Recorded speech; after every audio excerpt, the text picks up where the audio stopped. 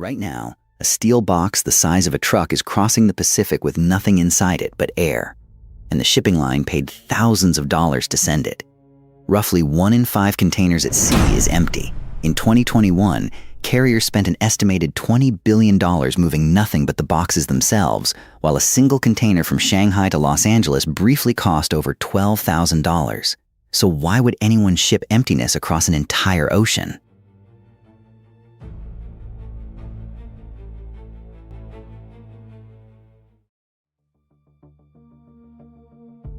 The answer starts with a fact. About 90% of everything the planet buys and sells moves by sea, sealed inside identical steel boxes and stacked hundreds high on ships longer than skyscrapers are tall. The box itself is barely 70 years old. It was the idea of a restless North Carolina trucking magnate named Malcolm McLean, whose first container ship, a converted tanker called the Ideal X, sailed from Newark to Houston on April 26, 1956, carrying 58 of them. Within 2 decades, the industry had agreed on a single set of dimensions, frozen into an international standard known as ISO 668, so that a box craned off a ship in Rotterdam would lock cleanly onto a truck in Chicago. That agreement is what makes today's giants possible. Vessels like the Ever Ace stretch nearly 400 meters and stack more than 23,000 boxes at once. That system feels balanced. It is not. The goods pour in one direction far harder than they flow back. Take just 2 countries. In 2021, the gap between what America bought from China and what it sold back reached roughly $355 billion. In raw dollars, America bought roughly $506 billion of Chinese goods that year and sold back only about $151 billion. The difference is not paperwork. It is furniture, laptops, sneakers, phone chargers, patio sets, and Christmas toys, each one crated inside a box that had to be built, filled, and floated across 7,000 miles of open water. That number is usually treated as an economic abstraction, but it has a physical shape, and the shape is a container. Every dollar of that deficit arrived as a real object inside a real box, because those boxes have to go somewhere. On the Trans-Pacific route, the busiest trade lane on Earth, the United States hauls in far more loaded containers than it ever ships back. The trade has a vocabulary for this lopsidedness. The loaded, money-making direction is called the head haul. The thin return leg is the back haul. On the Trans-Pacific, the head haul runs so far ahead that loaded eastbound volumes can outnumber the westbound return by something like 3 to 1.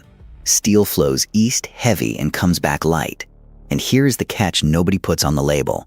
A container is not consumed when the goods inside it are. The television leaves the box stays. So the regions that import the most drown in steel, while the regions that export run short of the very thing they need to keep exporting. Stop thinking about millions of boxes and follow just one. Picture a single container riding the deck of a ship as it noses into the San Pedro Bay complex in Southern California. A ship like this might fly the flag of Panama or Liberia, be chartered by a line like Evergreen or CO Esco, and carry its boxes stacked a dozen high across a deck as long as the Empire State Building is tall. This is the twin gateway of the ports of Los Angeles and Long Beach, and it is not just busy. It is America's front door. Those 2 neighboring ports together handle roughly a third of all the containerized imports entering the United States. In 2021 alone, the Port of Los Angeles moved a record 10.7 million TEU. That unit, TEU, simply means one standard 20-foot container, the box the whole industry counts in. 10 million of them in a single year through a single bay. Long Beach, its twin next door, moved another 9.4 million TEU in that same record year. Gene Soroka, the executive director who runs the Port of Los Angeles, called it the busiest 12 months in the port's more than a century history. The complex sprawls across some 7,500 acres of terminals, cranes, and rail, and on a busy day, a single berth can work a vessel carrying more boxes than the entire American merchant fleet moved in a year in McLean's day. Between them, the 2 terminals push cargo worth hundreds of billions of dollars a year. Our box is one of those millions. A crane the height of a building reaches down, locks onto its corners, lifts it off the ship, and sets it on a waiting truck chassis in seconds. From the dock, most boxes never see a Los Angeles street for long. They ride east on Union Pacific and BNSF intermodal trains or truck 40 miles inland to the warehouse belt known as the Inland Empire around Ontario, Fontana, and San Bernardino, where fulfillment centers the size of 30 football fields swallow the cargo and spit it back out as parcels. From the dock, it rolls inland to a warehouse, where the goods are pulled out and sent on towards store shelves. And now the box is empty. That is where the story should end. Instead, it is exactly where the trouble begins. Because emptying the box does not solve the box. Inland from the busiest import gateway in the country, there is very often no westbound cargo waiting to fill it for the trip home. Consider the imbalance in plain numbers. For every 100 loaded boxes that come ashore here, only a fraction leave loaded again. The rest are hollow steel looking for a reason to move. The eastbound flow, Asia to America, is a flood. The westbound return leg is a trickle. One direction dwarfs the other. On the Asia to US lanes, most of the containers making the return voyage carry nothing at all. They sail home hollow. The Boston Consulting Group has estimated that this single structural gap forces carriers to shuffle tens of millions of empty boxes around the globe every year just to rebalance the fleet. The imbalance is so entrenched that some carriers plan entire sailings around it, booking a vessel's return voyage as a repositioning run before it has even finished unloading. Zoom out to the entire ocean, and empty containers make up roughly 20% of all container movements on the water. 1 in 5 boxes crossing an ocean at any given moment is shipping air. You might assume empty boxes are cheap to move. They are light, after all. Put a figure on it. On some Asia to US strings, 7 or 8 of every 10 returning boxes sail back with their doors sealed on nothing. But that is where the economics turn cruel. Moving an empty container costs almost exactly what moving a full one costs. Only now there is no revenue to cover it. Think about what a shipping company actually pays for.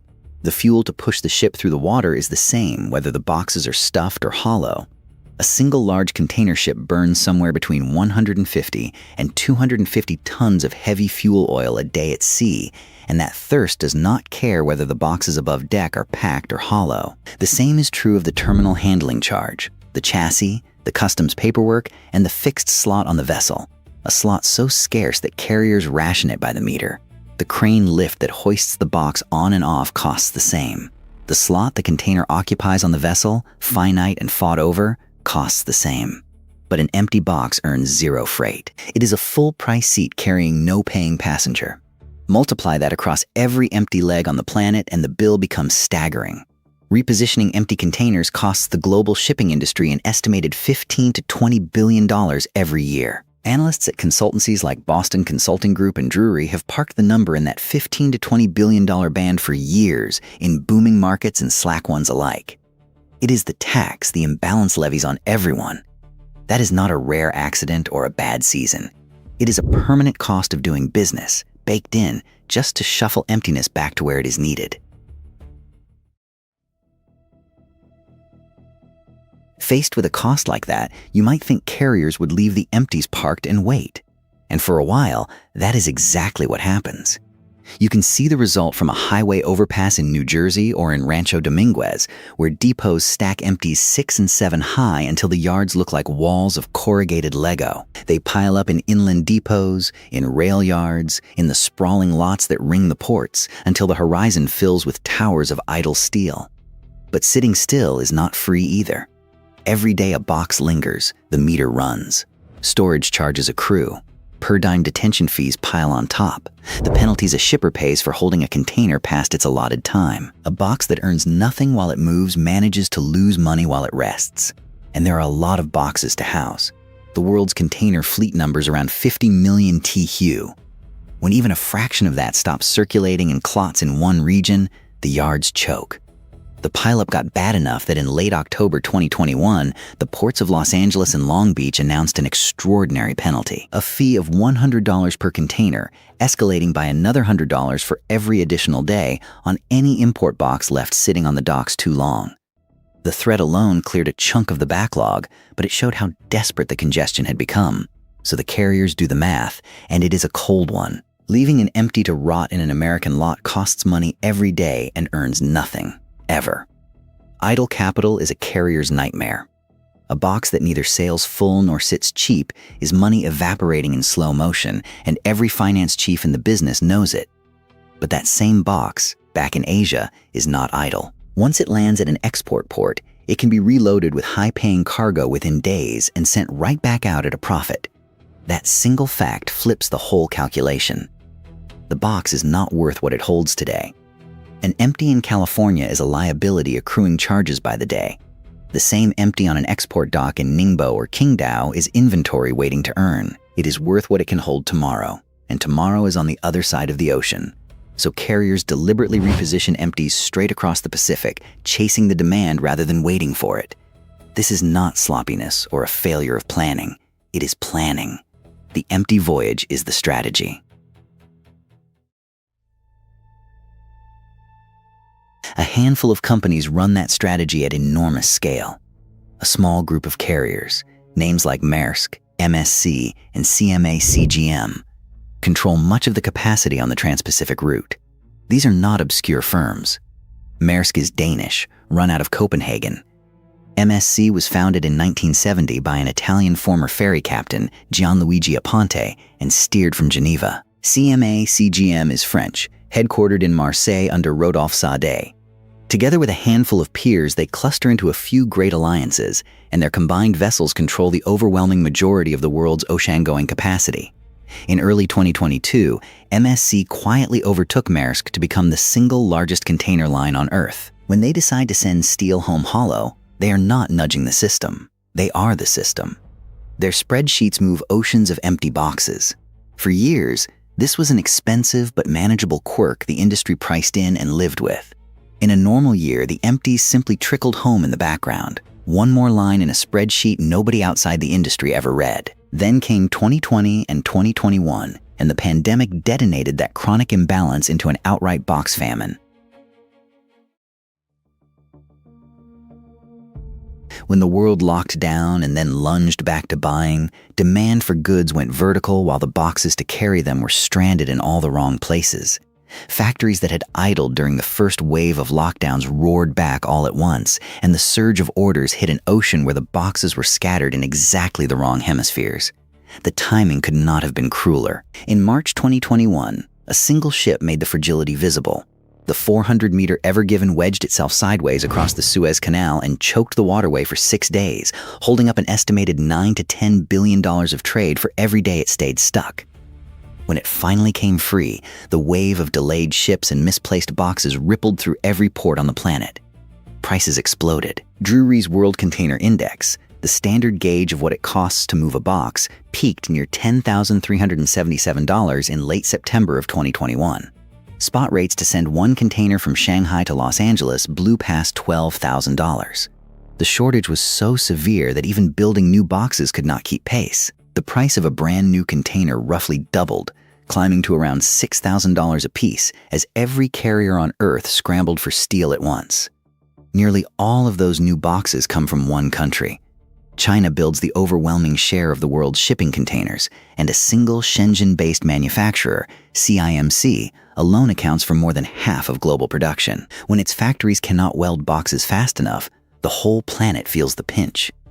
The empty box, the thing nobody wanted to pay to move, had suddenly become one of the most valuable objects in global trade. And then, at the worst possible moment, the machinery seized. The ports jammed. Just-in-time supply chains, built to run on boxes arriving exactly when needed, discovered there were no boxes to be had at any reasonable price. Even when carriers wanted to rush empties back to Asia, the boxes could not clear the coast fast enough to matter. On January 9, 2022, a record 109 container ships sat waiting off the coast of Los Angeles and Long Beach, unable to dock. Washington had already noticed. On October 13, 2021, President Biden announced that the Port of Los Angeles would move toward around-the-clock, 24/7 operation to claw back the backlog.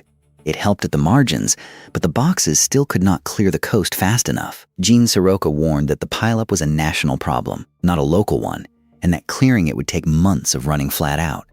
They floated at anchor in a queue that stretched for miles, and the dwell times.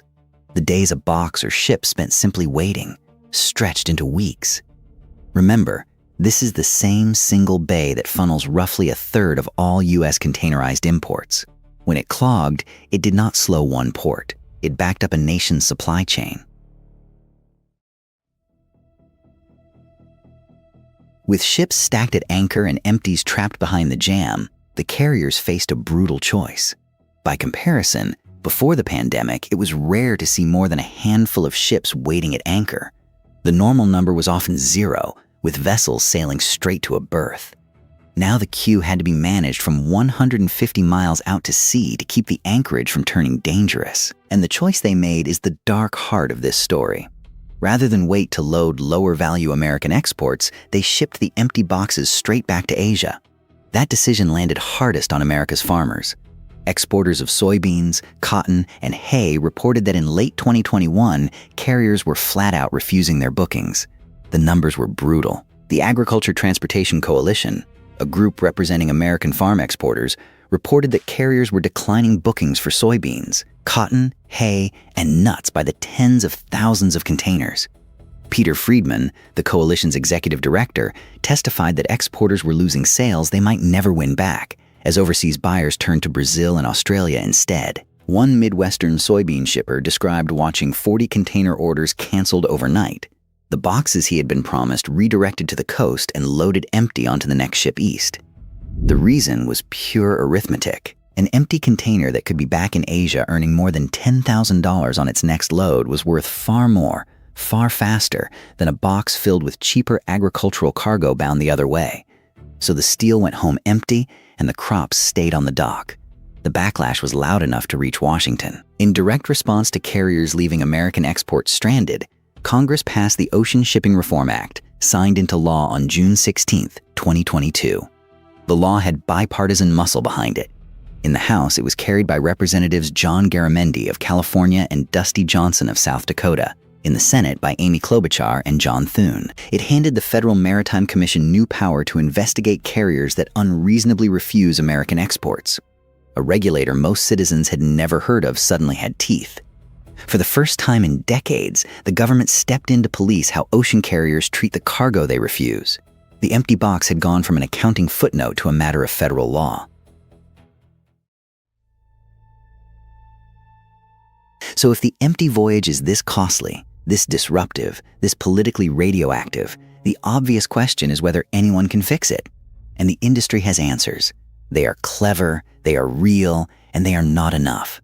The first answer is smarter coordination. Carriers now pool their containers, share fleets through arrangements known as gray box sharing, and run sophisticated AI models to predict where empties will be needed and route them there before the shortage bites. The pooling has a name in the trade. Gray box sharing, where competing lines treat a common stock of neutral containers as interchangeable, so an empty never has to wait for its own owner's ship. The predictive systems are already running. Carriers feed years of trade data into machine learning models that guess, weeks ahead, which port will run short. The second answer is more radical. They are redesigning the box itself. Foldable containers exist that can collapse, letting up to 4 empty units flatten into the footprint of a single one. Companies from CIMC to the American startup Staxon have built these collapsible designs, and where they are used, moving that hollow air costs up to 75% less on the return leg. The manufacturers building the world's boxes, led by China's giant CIMC, hold the keys to how fast that spreads. These fixes shave the cost. They do not erase it. But adoption is glacial. Foldable boxes cost more upfront, need special handling to collapse and raise, and a fleet of some 50 million standard boxes does not turn over quickly. And to understand why, you have to accept the most uncomfortable truth in this business. The empty voyage is not a glitch waiting to be patched. It is structural. It is built into the shape of trade itself. The logic is inescapable. As long as one region imports more than it exports, the boxes must physically sail back to be refilled. No algorithm, however clever, can conjure a westbound cargo that the trade simply does not produce. Folding them, pooling them, routing them with the smartest software on Earth. None of it changes the underlying direction of the imbalance. That is why repositioning empties remains a permanent line item, $15 to $20 billion a year, that never truly goes away. And it is why, at this moment, About 1 in 5 containers at sea is carrying nothing at all. Which brings us back to where we started, and to an answer stranger and simpler than it first appeared. Some 80 to 90% of everything you buy, the phone in your hand, the shoes on your feet, the food in your kitchen, arrived inside one of these steel boxes. The cost of sending those boxes back empty does not vanish. It is quietly folded into the freight rate on every full container, which means it is folded into the price of nearly everything you own. Moving, empty boxes keeps trade flowing. That is the paradox. Balanced logistics, laid over deeply imbalanced trade, demands that we ship emptiness across entire oceans just to keep the full boxes coming. The empty voyage is not the failure of the system. It is the price of the system working. Moving air, it turns out, is the hidden cost of keeping the world's shelves stocked. If watching the invisible machinery of the world click into focus is your kind of thing, consider subscribing and coming along for the next one.